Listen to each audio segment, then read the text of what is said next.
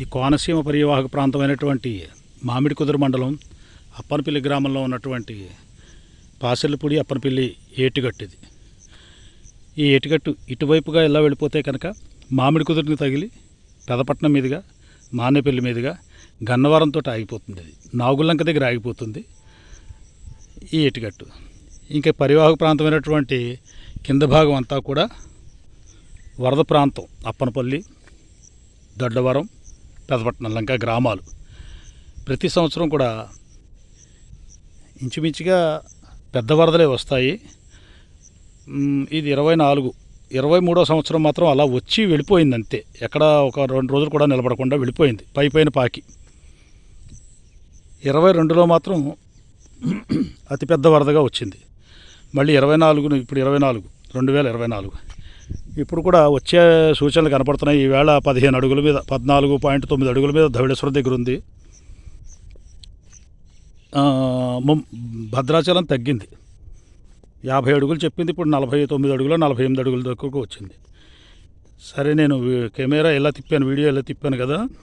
ఇప్పుడు నడుస్తున్నటువంటి ఈ భాగం ఇలాగా పాసెర్లపూడి రేవులోకి వెళ్ళిపోతుంది. అక్కడ బ్రిడ్జి ఉంది, అవతల పక్కన బోడస్కూరు.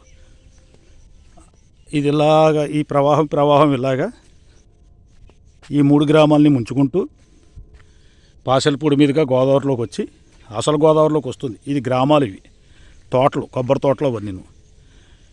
గోదావరి మీద నుంచి పైకి వచ్చినటువంటి నీరు అంతాను అలాగా బెండమూర్లంక దగ్గర నుంచి వాడల దగ్గరికి వెళ్ళి ఆ ఎదర సముద్రంలో కలిసిపోతుంది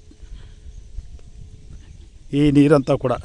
అంటే దగ్గర ఇక్కడ నుంచి ఒక 40 కిలోమీటర్లు ప్రయాణం చేస్తుంది.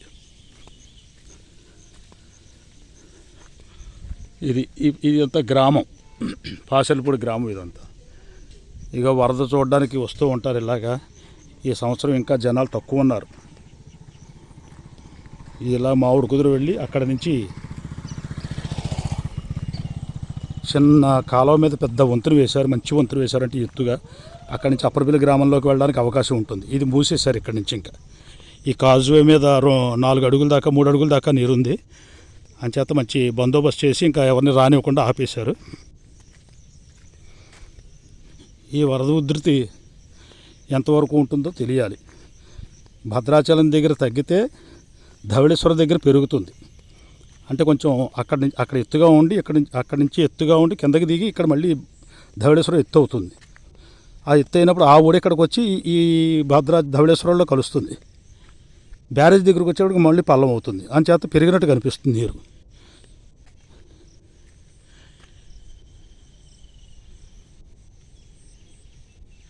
ఇప్పుడు మామూలుగా మనం ఆ నీళ్ళలో నడిచి వెళ్ళిపోవచ్చు, మోకాళ్ళ లోతు ఉంటుంది, అంతకన్నా ఎక్కువ ఉండదు.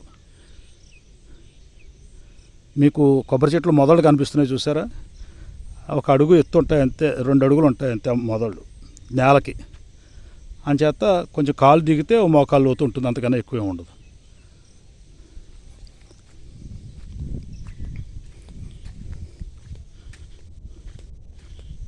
ఇదంతా కూడా చక్కగా అడవులను మరిపిస్తాయి. సుందరమైనటువంటి పచ్చదనంతో కళకళలాడుతూ ఉంటాయి. ఈ కొన్ని పనికొచ్చే మొక్కలు ఉంటాయి. ఇదంతా కూడా తులసి వనం. నేను తులసి మొక్కలు లాక్కున్నాను. అదంతా కూడా వయ్యారి భామ, దోలగొండ, తులసి.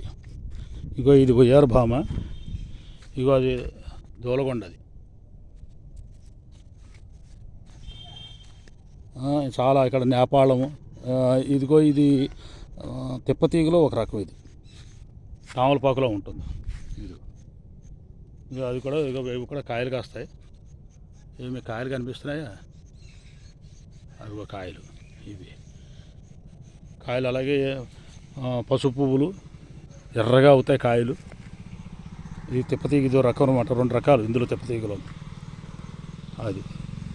ఇది ఎర్ర నేపాళం, ఎరుపు నేపాళం ఇది అనమాట. మామూలు నేపాళం మీరు చూశారు, నేపాళం ఇది. ఈ ఖర్జూరపు చెట్టులో ఉంటాయి ఏ చెట్లు అనమాట ఇవి. ఇది ఖర్జూరపు చెట్టే, ఇది ఏ చెట్టే ఇది. ఇలా ఖర్జూరపు చెట్లు కూడా ఇలాగే ఉంటాయి. అది రావి గుమ్మడి అంటారు దాన్ని. గుమ్మడి జాతిలో ఒక జాతి. అది కలప పనిచేస్తుంది. అది పైన చెట్టు. సరే కోడి జుట్టు పూల చెట్లు అంటారు ఇవి. మీ ప్రాంతాల్లో మీకు బయట ప్రాంతాల్లో ఎక్కువ ఉంటాయి, మా ప్రాంతాల్లో కన్నాను ఇప్పుడు ఇక్కడ కూడా ఎక్కువైపోయాయి అన్నీ కూడా అనమాట.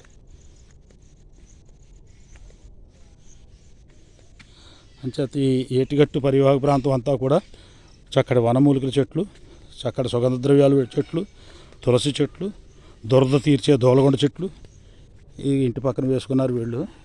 ఎర్ర గుత్తి పువ్వులు మీకు తెలుసున్నవే, జామ చెట్టు ఇదంతాను. ఇలా మనం కిందకి పెడితే కనుక కుడి చేతి మీకు పెడితే పాసెలపూడి గ్రామం ఊళ్ళోకి పెడుతుంది. అక్కడ 4 రోడ్లు కొడలు ఉంటుంది. ఆ 4 రోడ్లు కొడల్లో ఒకవైపు అమలాపురం, ఒకవైపు పాలకొల్లు రోడ్డు. అది ఇంక మధ్య రోడ్లు ఇదిగో ఒకటి అప్పరపిల్లి వచ్చేది, ఒకటి గ్రామంలోకి వెళ్ళేది. సరే మనం ఇప్పుడు అప్పరపల్లి గ్రామంలోకి వెళ్ళేటువంటి అసలు రోడ్లోకి వస్తున్నాం. బాలబాలాజీ దేవస్థానం, తిరుపతి తర్వాత తిరుపతి అంటూ గుడి,